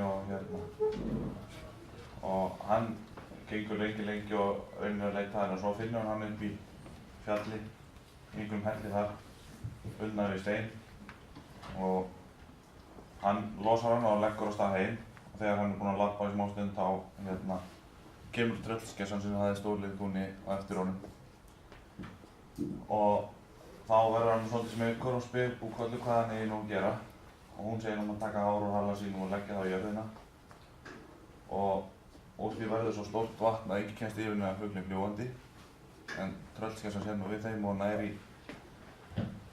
bolan hans föður síns og lætur hann drekka allt vatnið upp og strákur tekur upp því að skessan aftur var hann nálgast hann og spyr Búkollu aftur hvað hann á að gera og hún segir hann þá að taka aftur hár og haga sér og leggja það á jörðina og þá myndast svo stórt bál að ekki komast yfir nema fuglinn fljúgandi og hann gerir það og þá myndast þetta risastóra bál en þá sér hann aftur við þeim tröllskessan og lætur nautið míga öllu vatnið á bálið og þá sér strákur aftur og hún er farin nálgast hann og endurtekur hár og hala á kúnni og leggur öðruna þá verður svo stórt fjall að enginn á komast yfir nema fuglinn fljúgandi og þá ætlar nú að skessan að sjá aftur við þeim og fer heim og nær í stóra borinn á suðursins og byrjar að bora gat í gegnum fjallið og svo þegar hann er rétt hann að sjá í gegn þá treður hann sér í gatið og situr föst þar og verður á steini þegar hann er búinn að liggja þar lengi föst og svo endar þetta svona ekki samt í þessu rómantískri eins og rómantísk var þá endar þetta allt í harmleiku en þarna endar þetta vel að þau komast lífs af og lifa hamingju sem það hefur lokað með á þessu sveitabæ. Þetta er fyrir að íta á. Brýta á, já. Það er svolítið þjóðernishyggja í þessu en hjónunum þykir miklu vænna Gunna heldur en drenginn. Hann getur nú ekki gert mikið gagn, finnst þeim. Og svo er þetta náttúrufyrirbæri og goðsagnir, þessi tröllkóra. Það er rauninni það sem mér fannst svona mest tengjast rómantísku stefnunni í þessari sögu. En svo er hin útgáfan á Búkollu, hún er svolítið öðruvísi. Hún er meira kannski finnst mér svona í anda Disney. Þannig ég ákvað nú að taka hana og að vera með svona... Er þetta? Já. Og það var alltaf að tala Búkollu 1 og 2. Og þessi Búkollu við þekkjum kannski meira sagan hún er nr. 2. Það er svona sami uppbygging en þau eiga sem 3 dætur og eina kú og halda mest upp á hjónin halda mest upp á 2 elstu dæturnar. Og þessi yngsta er nú bara eitthvað viðrinn eða finnst hún er ekki gagna henni. Og það gerist það sama, kýrinni þeirra er stolið og þær senda elstu dótturinn sem á nú að vera best í öllu og geta allt.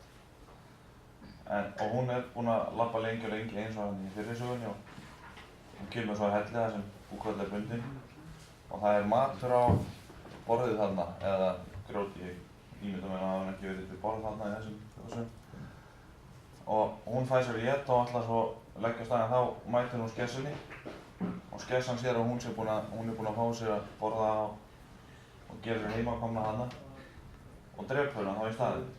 Þannig hún hafi gert þetta án leyfis og henni fannst hún ekki sniðugt að stelpan hafi bara fengið sér éta hana. Og svo eftir einhvern tíma þá þau hjónin farin að hafa áhyggjur af stelpunni og hafa nú bara að halda þeim bara hún sitt dauð einhvers staðar, gjótu eða eitthvað, senda þá bara næstu. Það þýðir ekkert að vera að bíða eftir henni að þau verða að fá kúnna strax. Og það gerist það sama í hina, hún fær sér að éta hjá tröllskessinu og hún þá drepur hana bara í staðinn. Þannig að þau senda yngstu dóttina sem að þau búast nú ekki við að geta í gegn neitt gagn. En hún, fer sömu leið, sér að hvaða leið systurinn hafa farið og fer sömu leið en þegar hún kemur í hellinn þá byrjar hún að taka til og búa upp og eitthvað svona. Og svo þegar tröllskessan kemur þá sér hún það að hún hefur ekkert stolið frá henni eða neitt og býður henni þá að borða og leyfir henni að gista. Og svo morgunin eftir þá segir skessan við hana að hún þurfi að gera svolítið fyrir sig ef hún ætlar að fá kúna. Og hún þurfi að fara til systur sinnar sem tröllskessa og ná þar í nál. Og stelpa segir það, hún getur gert það. Og svo fyrir tröllskessan bara í burtu að gera eitthvað og þá á meðan alla stelpan að fara að ná í þessa nál. En veit bara enga veginn hvert hún á að fara eða hvað hún á að gera. Og sest á í hellismunan og fer að gráta. Og þá birtist henni Dordingur sem einhver ófrýnileg vera. Lýst sem, hann í frakka sem síður á framan en nær ekki ofar en neðar heldur en á herðablöðum á aftan. Og hann mjög ljótur í framan og hann biður henni eða segist geta hjálpað henni en hann þurfi að fá koss í staðinn og hún samþykkir það. Þannig að hann fer með hana og nær í þessa nál og stelpan fer aftur í hellinn en kissir ekki Dordingur eins og hann kallaður í sögunni. Og skessan verður sátt með það og hún sem búin að fá nálina og fer svo og þá býður stelpunni bara aftur að borða og segja að hún þurfi að gera aftur annað verk næsta morgun. Þá þurfi hann að fara að ná í tafl til þessar systur sinnar. En stelpan eitthvað, veit ekki alveg hvernig hún á að koma þessu tafli heim og eitthvað og sest aftur í hellismunum og fer að gráta. Og þá kemur Dordingullinn aftur og býður fram aðstoð sína. Og hann þau fara að ná í taflið en hann vil fá koss í staðinn. En hún kissir hann ekki en kemur taflinn aftur heim í hellinn. Og svo þegar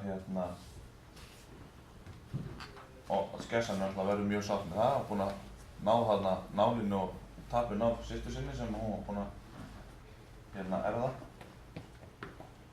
En hún þarf að gera eitt upp á stelpuna og hún kemst heim með kúna. Og það er mjög einfalt segir skessan, það er bara að búa rúmið, hreinsa koppinn hennar og elda fyrir henni þegar hún kemur heim aftur seinum daginn. Og stelpan heldur að það sé nú ekkert vandamál. Og allar að fara að búa og það er allt fast, öll lögg og sængin föst og það gerist ekkert þannig að hún ætlar bara að prófa að reyna að ná koppnum en hann situr fastur á gólfinu og svo ætlar hann að elda það, potturinn situr fastur og hún ekkert að kveikja undir og ekki neitt þannig að hún leggst niður og fer að væla. Þá kemur Dordingull aftur og hjálpar henni og segir henni svo að setja byrkettil undir rúmið hjá skessunni. Og þegar tröllskessan kemur heim kvöldið og sött og ætlar að leggja sig þá mun hún detta ofan í þennan byrkettil. Og leið hún dettur ofan í þá á hún að taka 4 egg sem undir kodda skessunnar og brjóta það á ásjónum hennar. Og þá ætti hún að drepast. Og þetta gerist stelpan þegar skessan sest í rúmið og það gengur allt upp eins og Dordingullinn hafði sagt. En það verður þessi svakalega læti og stelpan verður hrædd, kissir þá Dordingullinn 3 svar. Og þá birtist þessi þetta er eins og þessi Disneymynd, þá birtist hann sem prins. Þannig að, og þau náttúrulega lifa hamingjusöm þegar lokan koma kýrin aftur heim í cottage.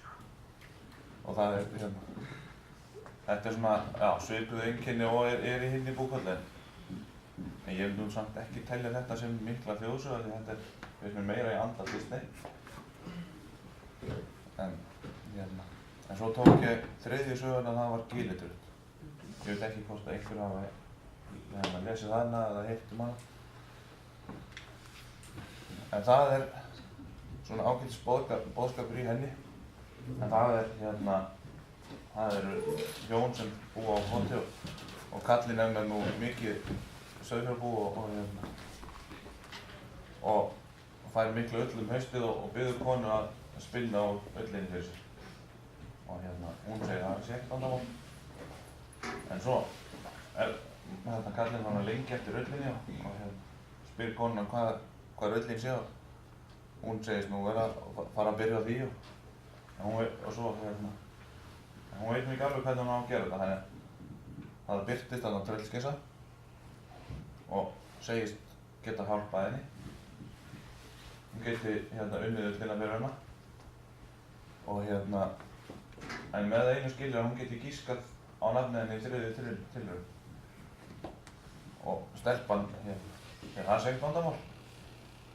Hún þurfi bara að gíska á gíska á nafninu þegar hún skilar ullinni. Og svo vorið kemur þegar að styttast í að hún komi með ullina, tröllskessan. Hún átti að koma með það sumardaginn fyrsta. Og nú stelpur nú ekki tök hvað þessi tröllskessa heiti. Og nú fann að vera svolítið kvíðin. Og fer nú og segir manni sinum hvað hann hefði gert. Og hann verður nú svolítið smeykur og leggst nú í það að reyna að finna út nafnið á tröllskessinu og að labba þarna eitthvað fjöllina að ég veit nú ekki alveg hvað ég erindi gerðum hvað hann var að gera, en hann var nú eitthvað að rölda að hann og heyrir þá í tröllskessunni vera að spila og þylja upp nafnið sitt eða segir að bóndakona veit ekki hvað ég heiti. Ég heiti Gilitröll. Þannig að hann sá sig þarna að leika á borðið og hleypur heim og segir konu sem frá þessu. Og svo þegar hún kemur með ullina, tröllskessan, og nú heldur brött að því að konan veit nú ekkert hvað hún heiti. Og en það endar þannig að hún gískar náttúrulega á rétt nafn. Gískar fyrst bara svona upp og grína. Segir Hildiríður og svo gískar ég aðeins til Guðríður eða eitthvað. Og kemur svo með Gilitröll í þriðju tilraun og þá verður tröllskessunni svo bílt við að hún leipur bara í burt og sést þarna aldrei aftur. Og boðskapurinn svona í þessari sögu er eiginlega frekar að gera þetta sjálfur heldur en að reyna að koma sér undan einhverjum léttum leik. Og það er þjóðernishyggja í þessari sögu. Og hér er verið að sýna að það er betra sig að gera verkin sjálfur heldur en að fá einhvern í það. Og náttúrufræðingur er náttúrulega bara Gilitröll sem er að eignast konuna með því að snúa á hana. Þá er þetta komið.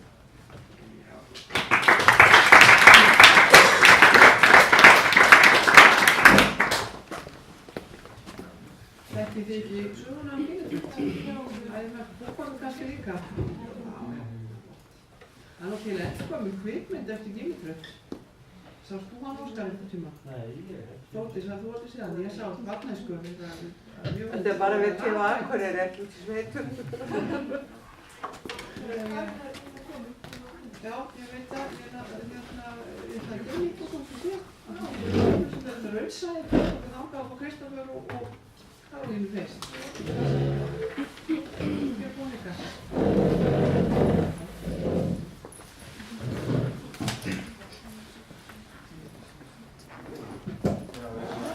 Ísak og við höfum The Raven myndina. Hún er snýst líf Edgar Allan Poe, endinn á lífi hans. Það er bara gerðkvæmda. Edgar Allan Poe er mjög frægt skáld á sínum tíma og orti mjög fræg ljóð, meðal annars The Raven sem við ætlum að fjalla aðeins um. Hann fæddist árið 1809 í Boston, fór í herinn þegar hann var 18 ára og stóð sig vel þar. Seinna fór hann að semja ljóð og árið 1831 fór hann til New York og ég prenta nokkur af ljóðum sínum. Síðan kemur ljóðið The Raven árið 1845, seinna var það gefið sem kvikmynd, seinna var gerð kvikmynd með ljóðið í huga. Í myndinni má sjá þau rómantísku einkenni að það er rosalegt ímyndunarafl hans Poe. Hann hugsar rosalega drungalega og myndin er rosalega drungaleg og dularfull allan tímann. Og síðan er ástin sem hann er ekki saman því leið og Poe fann ástkonu sína. Eftir mikla leið dó hann skömmu sinn seinna. Í ljóðinu hins vegar er það konan sem deyr fyrst og hann lifir í eilífri sorg og vonum að hitta hana aftur eftir dauðann. Poe dó árið 1849 og enginn veit með vissu hvað fór fram síðustu ævidaga hans. En í myndinni einmitt verið að reyna að geta yðurnar. Myndin geti alveg verið sönn eins og svo margar aðrar getgötur. En hver sannleikurinn? Það fáum við líklega aldrei að vita. Nei. Þið hafið þykkt var þetta skemmtileg mynd? Já, mjög áhugaverð. Já. Er kvæðið uppistaðan í þessari mynd að einhverju leyti? Svo ekki segja það endilega, sko, en þetta er náttúrulega einhver grunnur af myndinni. Það er náttúrulega ekki endilega verið að fjalla ljóðið á myndinni. Nei, heimfæraðu þá eitthvað sko nafnið, Hrafninn yfir á Edgar Allan Poe, eitthvað tengst það svo myndinni? Já, sko, í ljóðinu hann verður hann í rauninni geðveikur á því að hugsa dána eiginkonu sinn. En í rauninni þá deyr hún ekki en hann verður samt. Hann þarf að leita af henni og svona að verða geðveikur. Þarna undir lokin. Þar sem hann skiptir sjálfur sér fyrir hana.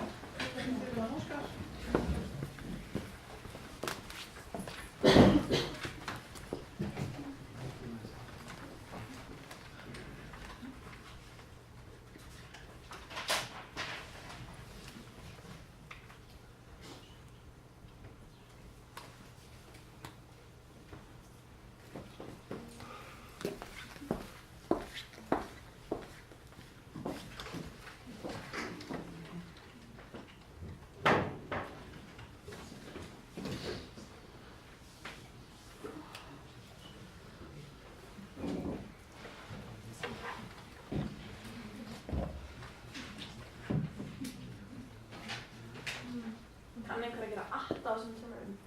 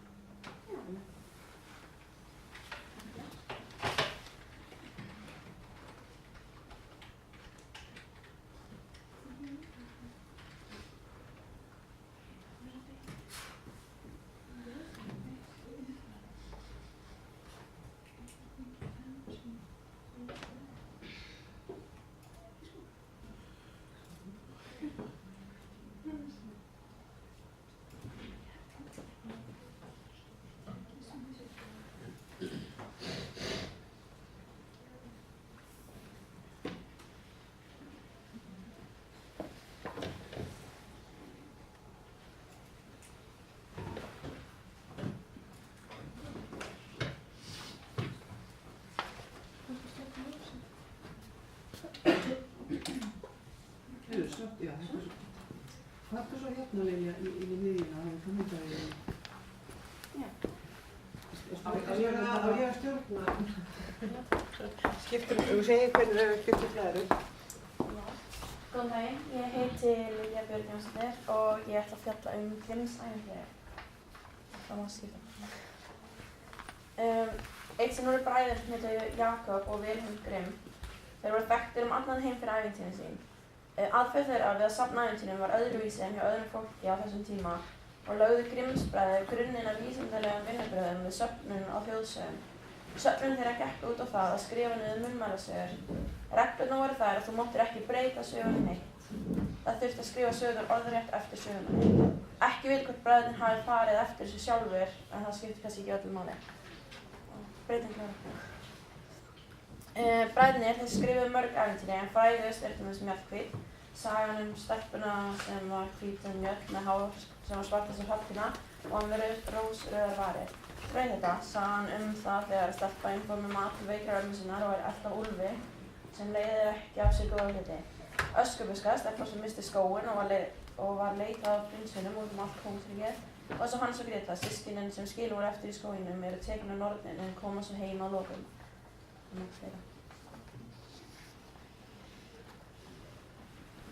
Já, svo ætlaði ég að fjalla tvö ævintýri eftir þá eða sem þeir skrifuðu. Fyrst hérna Mjallhvít og Rósrauð. Þetta var stelpur Þeim voru einstaklega ljúfar og góðar. Þeim þótti vænt alla og sérstaklega hvar aðra. Þær voru svo góðar að dýr hræddust þær ekki, heldur komu og léku við þær. Eitt kvöld var þær heima með mömmu sinni og það var bankað á dyrnar. Það var Björn við dyrnar og þær var mjög hræddar við þennan Björn. Hún var mjög kalt, svo á endanum þá ákvaða þær bara að hlýja honum og hættu að vera hræddar.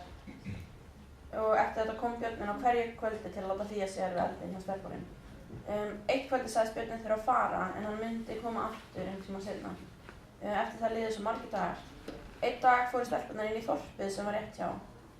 Á leiðinni björguðu þær dverg frá Erni. Dvergurinn var ekki mjög þakklátur enda vondur dvergur eins og þær komist að seinna. Þessi dvergur hafði nefnilega breytt prinseinum í Björninn sem var alltaf heima með stelpunum. Björninn drap svo dverginn og dvergurinn breyttist í prins og giftist síðan Mjallhvíti og bróðir hans giftist Rósrauð og allir hamingjusamir og flugiflug. Skilja hvað er. Já, og svo var hann gamla konan í skóginum. Það er semst fátæka þjónustustelpu sem var á leið skóginn með húsbændum sínum. Þá kom allt í einu ræningjar og drápu alla húsbændur hennar en hún hafði að fela sig þannig að þeir sá hann ekki. Hún var mjög hrædd af því að það var svo langt í mannabyggðir og hún hélt að hún myndi deyja og hungri í skóginum. En þá kom allt í einu dúfa og lét hann hafa lykil og sagði að á einu trénu, semst trénu við hliðina á henni væri hurð og þar væri matur og eitthvað svona dót. Og næsta dag lét dúfan hennar hafa aftur lykil og þá voru föt og allt bara sem hún þurfti og svo gekk þetta bara svona áfram. Og svo einn dag bað dúfan hann að gera sér greiða. Það var semst að fara inn í hús þar sem sæti gömul kona og hún mætti ekki segja neitt við konuna, heldur labba beint inn í stofuna, finna látur sem hringi í hrúgu af fallegum gullhringjum. Hún segist hún gerði það, labbaði bara inn, sagði ekki neitt við konuna og fann svo hringinn. Þá breyttist dúfan í prins og sagði gamla konan hafi verið nord sem breytti honum og þjónustufólkinu hans í tré. Þá breyttist trén öll þjónustufólkinu hans. Hann tók stelpuna sem með sér heim og giftist henni og eignast börn og hamingjusöm til æviloka og flug, allt þessi ævintýri enda og allt svona. Já, rómantísku einkennin, þau eru mörg. Það má nefnast nefna hughyggju, semst að bak við efnisheiminn er önnur og merkilegri tilvera. Það er þessi ævintýri heiminn þannig. Hughyggjan sem einblínir ofta náttúruna og það gerir ævintýri líka eins og við sáum í sögunni hann gömlu konuna. Það var tréð mjög svona stór partur. Það var alltaf húsið sem hann var í og það breyttist í prinsinn og svo náttúrulega fegurðarþráin. Það er semst fólki í svona ævintýri það er alltaf að gera fallegt og alltaf lýst, þú veist hvernig fallegt það er og eins og Mjallhvít sem var alveg geðveikt fallega eitthvað. Og svo er notað mikið myndmál eins og björninn, Mjallhvít, Rósrauð og dúfan og tréð og þetta allt og þessi álög og allt þetta dót. Svo meinti sjá jákvæðar afstöðu til hefða. Í sögunum gömlu konunnar þá var þjónustustúlkan alltaf að biðja til Guðs. Alltaf bara Guð hjálpaði mér og eitthvað. Þannig að það er mjög svona sterk jákvæð afstæða til hefða. Skipta. Já, takk fyrir mig.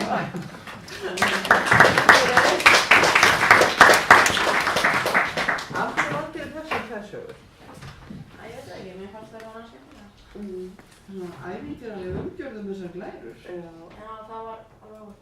Nei, það er flott. Já, það alveg í passar stíl. alveg. Þetta er alveg nákvæmlega það á að vera. Heyrðu, þá endum við á skal ég segja ykkur, Guðbjörg og Karen, þær eru einu sem mættu sér inn í himnastefnuna nefnilega. Inn í raunsæistefnuna. Já, vissuð þið ekkert það? Nei, það skiptir ekki máli. Það er allir orðið að ekki nokkuð með annars. Það er bygging á það.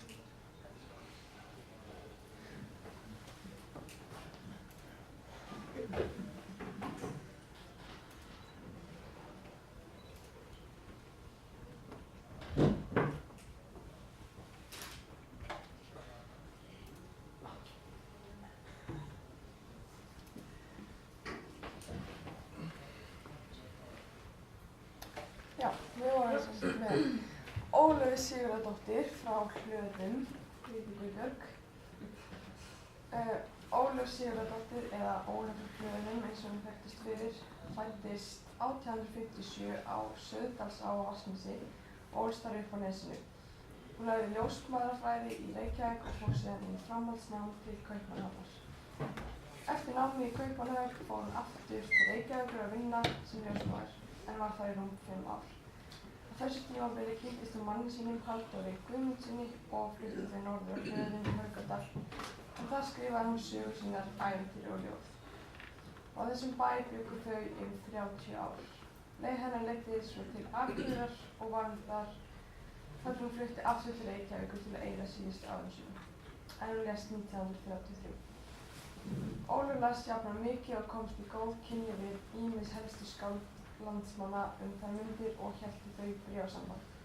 Voru önnur í röð íslenskra kvenna til að gefa út kvæðahver.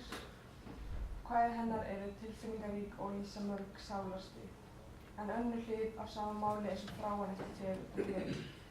Raunsæi sést í mörgum kvæðum hennar þar sem hún tala mikið það sem hefur komið fyrir hana, en einnig er hún að lýsa náttúrunni í sögum sem fæddi fyrir til einkenni rómtíkurs.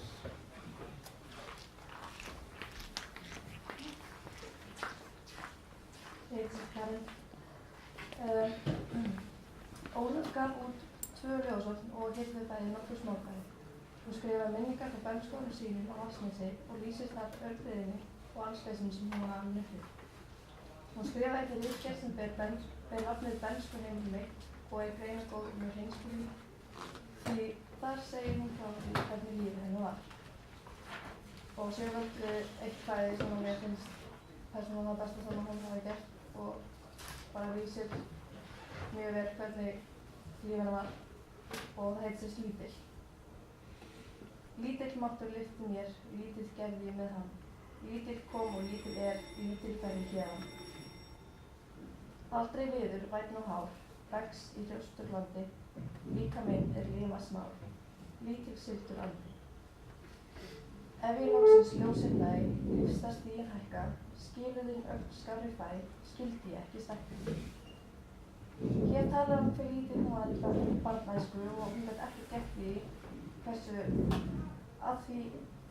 því hvað henni veik illa og hversu lítil hún var í sig. Hann hlakkaði til að komast í burtu og sjá hvort henni muni líða eitthvað betur og vera stærri innra með sér á nýjum stað. Og síðan fóru smá vettvangsferð á hlaðir sem eru í Haukadal, tókum hana myndir, pínlítið hús en það stendur allavega ennþá og þau eru að gera það upp. Já, það var bara allt, sagði konan hana, það var allt bara eins og þegar hún bjó hana.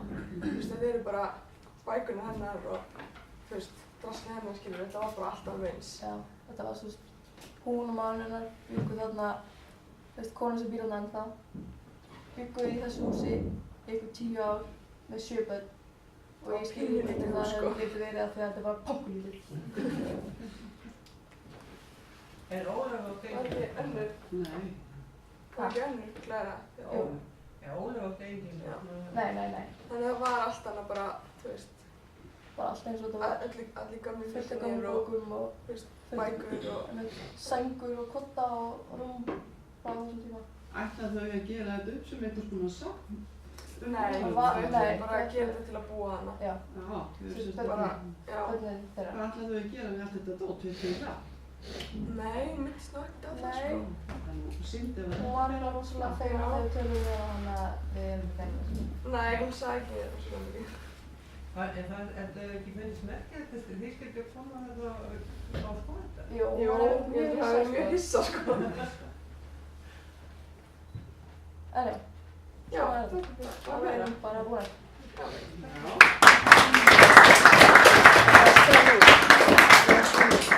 Þetta var reyndar ákveðlega merkileg kona vegna þess að hún var svo sjálfstæð. Þau hjónin bjuggu reyndar í sama húsi en þau deildu einhverju með húsinu. Þau hefðu hvort sína stofu og hvort sín hluta af húsinu og þau hefðu aðskiljum fjárhag og hegið þessu fyrir sína hlutur. Þannig að þau ákveðið að gera einhvern veginn með var húsið að því að fælist.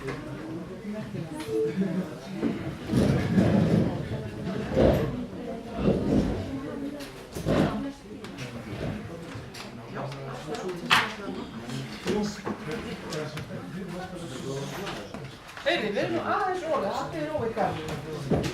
Þið má ekki slökkva á þessari myndavél hennar. Ég þarf ekki að koma við það. Nei, ekki heldur. Það var eitthvað.